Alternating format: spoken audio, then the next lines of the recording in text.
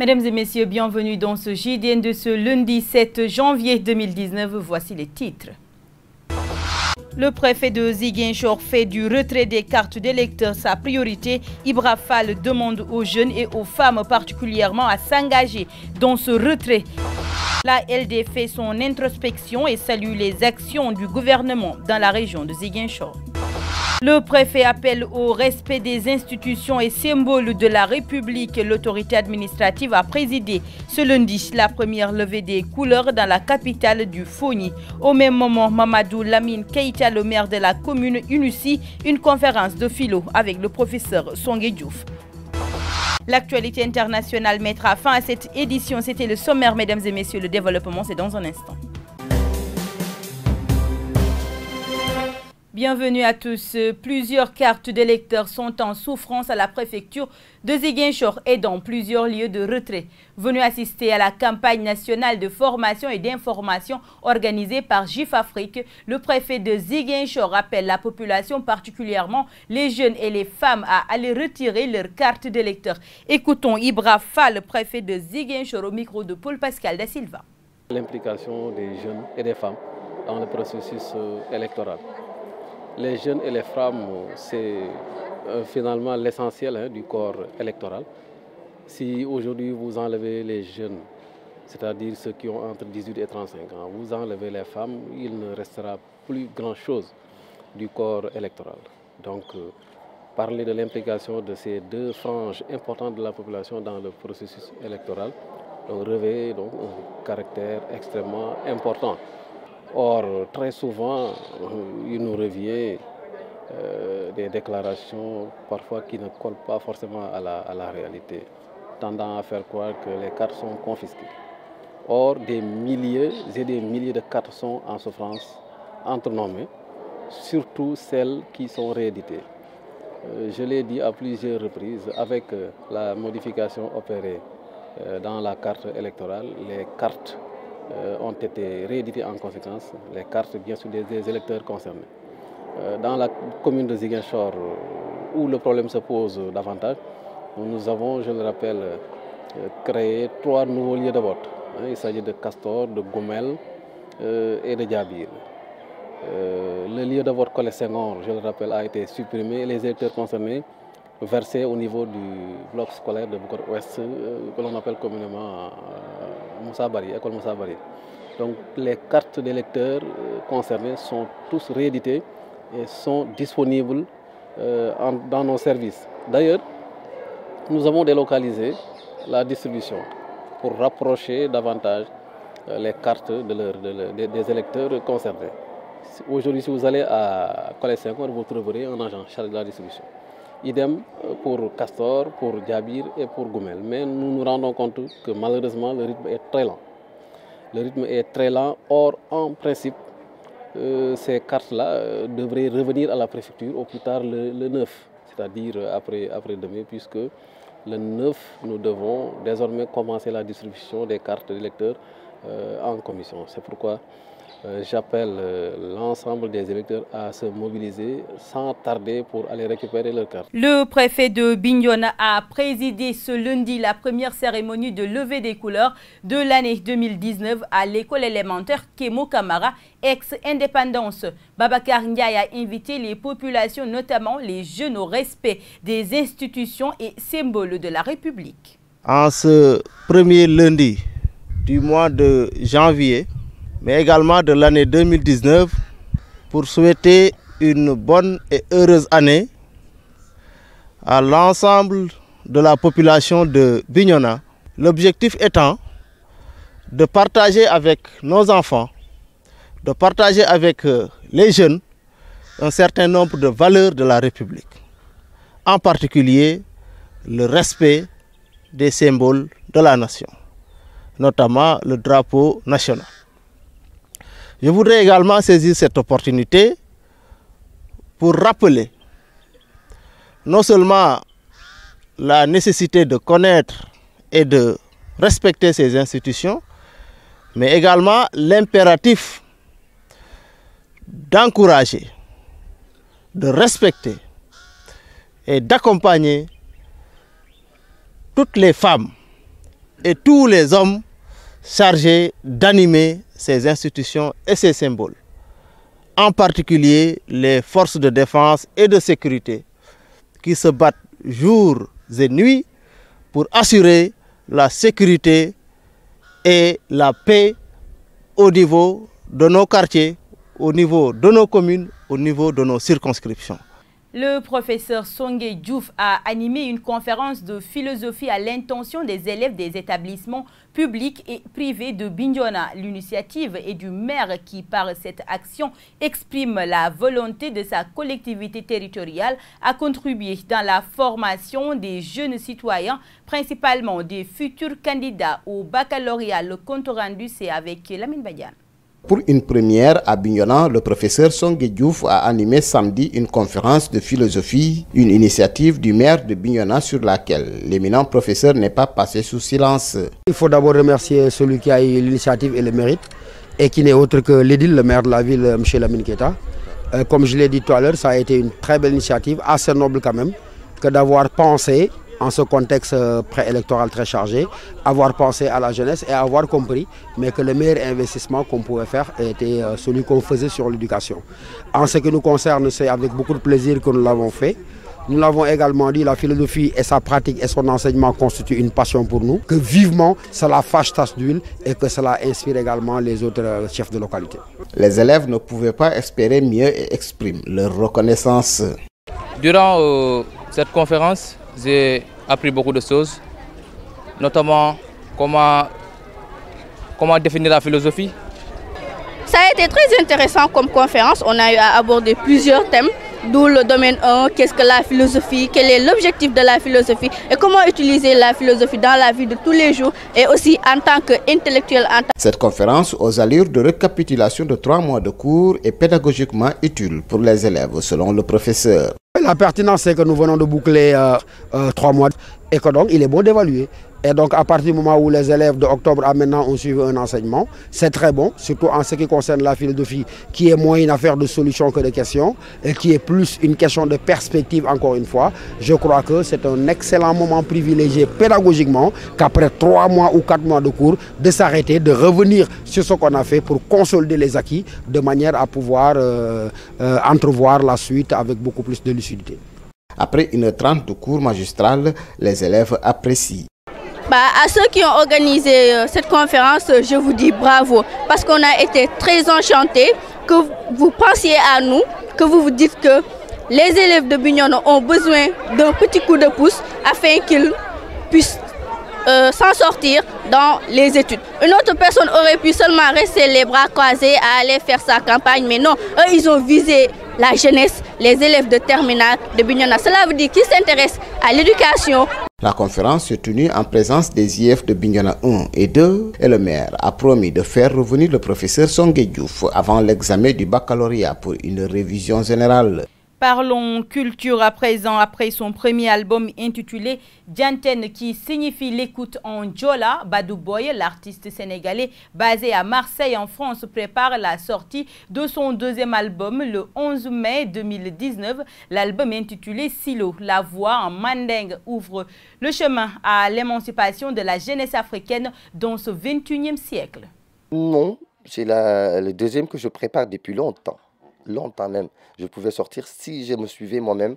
Aujourd'hui, je serais entre 10e album. Mais j'ai refusé parce que j'ai beaucoup cherché à avoir franchement le pur reggae, le reggae qui est bien et qui peut toucher carrément le public. Vous savez, et franchement, je l'ai travaillé pendant 10 ans. J'ai travaillé cet album et franchement, j'espère, je le vois même, c'est pas que j'espère, je le vois depuis que cette année que je suis venu, que les gens apprécient beaucoup. Et c'est ce que j'attendais aussi, quoi. Donc, le nom du premier album, il s'appelait Dianten. Le nouvel album qui va sortir au mois de mai, il s'appelle Silo. Silo, ça veut dire la route, le chemin, donc à mandin. J'ai préféré prendre Silo parce que moi, je vois qu'aujourd'hui, la génération, le monde même, est un peu perdu. On cherche le chemin. Et le chemin est trop long, comme je dis dans ma chanson, est trop long et séparé. Avec en plusieurs parties. Donc, il faut toujours choisir et savoir le chemin qu'on prend. Et à s'engager. Et chaque chose qu'on fait, moi, je le dis de le faire à fond et de le faire avec amour. Et donc, si on est dans son chemin, ne faut pas tourner la tête, il faut avancer. Si on est sûr de ce qu'on fait, et si on est confiant de ce qu'on a fait, et si on est honnête de ce qu'on fait, tant qu'on est honnête et direct, et tant c'est le travail qui nous amène, moi je pense que quand on est dans le chemin, tu n'as peur de rien. Voilà, il ne faut même pas se fier de ce qui se passe. C'est pour ça aujourd'hui, Silo, il a beaucoup de choses à expliquer. Ça parle de relations humaines, des trucs comme ça, voilà, des trahisons, de l'hypocrisie, de n'importe quoi, et de la réussite. Et beaucoup de gens qui cherchent aussi surtout à s'en sortir dans notre région, dans le pays où nous vivons aujourd'hui, qui est très très dur. Et que franchement, pour moi, je ne vois même plus, jusqu'à présent, je vois pas d'évolution. On vit dans un monde où... je vais même globaliser de parler de l'Afrique, parce qu'en parlant de l'Afrique, c'est pour dire que franchement, quand je vois la situation à l'extérieur et la situation qui se passe aujourd'hui chez nous, franchement, tu te dis, voilà, on vit pas, malgré tout, on vit pas, on est tellement en recul. Et pourquoi on est en recul? C'est qu'il nous faut des gens, des dirigeants, des gens qui sont là pour faire avancer le pays, qui décident aujourd'hui de faire quelque chose pour la population qui souffre. Il sort normalement le 11 mai. Le 11 mai, je sors l'album Silo.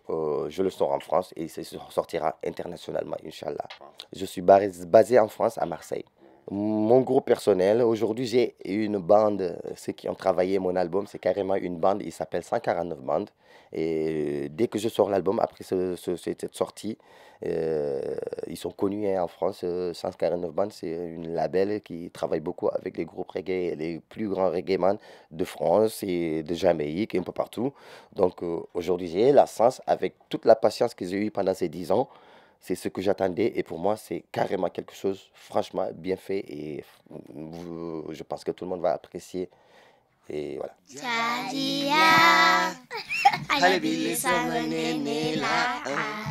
Une conférence aux allures d'un débat contradictoire, c'est le mode d'expression choisi par la Ligue démocratique pour examiner la situation nationale. Un exercice qui a permis aux responsables nationaux de la LD de partager avec leur base leurs positions et propositions, compte rendu Cheikh Tidiane Cissé. Instaurer un débat contradictoire sur la situation nationale après 7 ans de gestion du pays par le président de la République est la raison de ce rassemblement des différentes fédérations départementales de la Ligue démocratique à Ziguinchor. Un exercice qui s'impose pour la clarification du débat politique à quelques semaines du rendez-vous historique du Sénégal avec son destin. Nous avons rassemblé nos militants et les invités pour leur expliquer, au vu du contexte aujourd'hui de notre pays, qu'est-ce qui justifie les positions et propositions de la LD. Chaque candidat dit ce qu'il veut pour le Sénégal, quels sont ses projets, ses promesses. Mais par rapport à ce que notre candidat a de particulier, c'est qu'il a déjà fait 7 ans. Ça veut donc dire qu'on le juge non seulement par rapport à l'avenir, comme on juge tous les autres candidats, mais on le juge par rapport au passé. Ce face-à-face entre le directoire national de la LD et la base est le moment choisi par le conférencier, le ministre Yorodé, pour lever un coin du voile sur la pertinence du programme gouvernemental de modernisation des cités religieuses dans un contexte de montée en puissance du djihadisme. Aujourd'hui, quand on se demande quel est le plus grand danger qui guette les pays africains, en particulier notre sous-région, les plus grands dangers, c'est le djihadisme. Les autorités religieuses au Sénégal sont des autorités qui assurent la paix, la stabilité, l'entente entre les confréries et même l'entente entre les religions. Et c'est une barrière, c'est une sorte d'antidote contre le djihadisme. Et heureusement, le Sénégal en est jusqu'à présent épargné. Et je pense que nous devons prier Dieu pour qu'il continue à être épargné, mais nous devons prendre des mesures concrètes. Et je pense que le président Macky Sall est dans cette voie. C'est dire qu'un tel exercice s'imposait aux responsables de la Ligue démocratique pour mieux se faire comprendre à la base quant à leur choix de ne pas se présenter aux élections à venir et défendre leur ancrage dans le Benno Bokk Yakaar. Toujours sur le même registre, le diagnostic situationnel national effectué ce dimanche à Ziguinchor par la Ligue démocratique est le lieu choisi par le secrétariat exécutif fédéral LD de Ziguinchor pour magnifier les efforts déployés par le gouvernement du Sénégal dans le désenclavement de la Casamance. Ibrahima Badi, le secrétaire général de la LD Fédération de Ziguinchor, que nous écoutons au micro de Tidiane Cissé. Que cette conférence s'inscrit dans les recommandations du congrès, de notre 8e congrès, qui s'est tenu à Dakar les 13 et 14 octobre 2018, qui recommandait de décentraliser ou de délocaliser les activités de notre parti dans les régions pour qu'il y ait plus de visibilité pour notre parti. Et voilà pourquoi donc ce congrès, cette conférence a été programmée au niveau de Ziguinchor. Si nous prenons notre région de Ziguinchor, le 21 janvier, le gouvernement du Sénégal et de Gambie vont inaugurer le pont sur la Gambie. Ce qui va être un ouf de soulagement pour toutes les populations de la Casamance et peut-être même de la sous-région, notamment la Guinée-Bissau. Donc, une telle réalisation doit être magnifiée, doit être saluée. Mais ce n'est pas seulement cela. Il y a d'autres réalisations qui sont en cours, notamment la construction de la boucle de Kalounaï. Ensuite, du point de vue du transport également, vous constatez qu'aujourd'hui, Ziguinchor reçoit 4 vols d'Air Sénégal et comment on appelle ça, Transair, n'est-ce pas, par jour. 2 pour Air Sénégal et 2 pour Transair. Donc c'est un ensemble de réalisations que nous magnifions et que nous voulons soutenir pratiquement et concrètement. Et puis, nous passons à l'actualité internationale. Tentative de coup d'État déjouée au Gabon. Des putschistes arrêtés en France. Le cardinal Barbarin devant la justice. Une tentative de coup d'État a été déjouée ce lundi au Gabon. Le calme est revenu. La situation est sous contrôle, a annoncé un porte-parole du gouvernement au milieu de matinée. Plus tôt, vers 6 h, heure française, des militaires avaient lu un message en direct à la radio d'État annonçant qu'un conseil national de restauration était mis en place dans le pays. Il appelait la population à se lever et à prendre le contrôle de la rue. Il faut rappeler que le président gabonais Ali Bongo Ondimba, âgé de 59 ans, a été victime d'un accident vasculaire cérébral fin octobre dernier alors qu'il se trouvait en Arabie Saoudite. Il n'est toujours pas rentré à Libreville car il poursuit sa convalescence à Rabat, la capitale marocaine. Le cardinal Barbarin a-t-il suffisamment réagi en apprenant le passé pédophile d'un prêtre de son diocèse?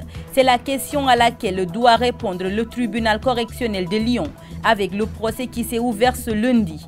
Le cardinal comparé avec 5 anciens membres du diocèse pour non-dénonciation d'agression sexuelle sur mineurs. Pierre-Emmanuel Germain-Thiel est l'un des membres de l'association La Parole Libérée qui a bataillé pour obtenir cette procédure de citation directe malgré le classement sans suite de l'enquête préliminaire par le parquet de Lyon, le procureur ayant conclu à la prescription. À l'origine de cette affaire, les abus sexuels commis par le père Bernard Preynat sur des dizaines de jeunes scouts entre 1971 et 1991 dans sa paroisse de Sainte-Foy-lès-Lyon, des actes aujourd'hui prescrits dans la majorité des cas. Son procès devrait avoir lieu l'an prochain. Mesdames et messieurs, c'est la fin de cette édition. Merci de l'avoir suivi. Bon début de semaine à tous.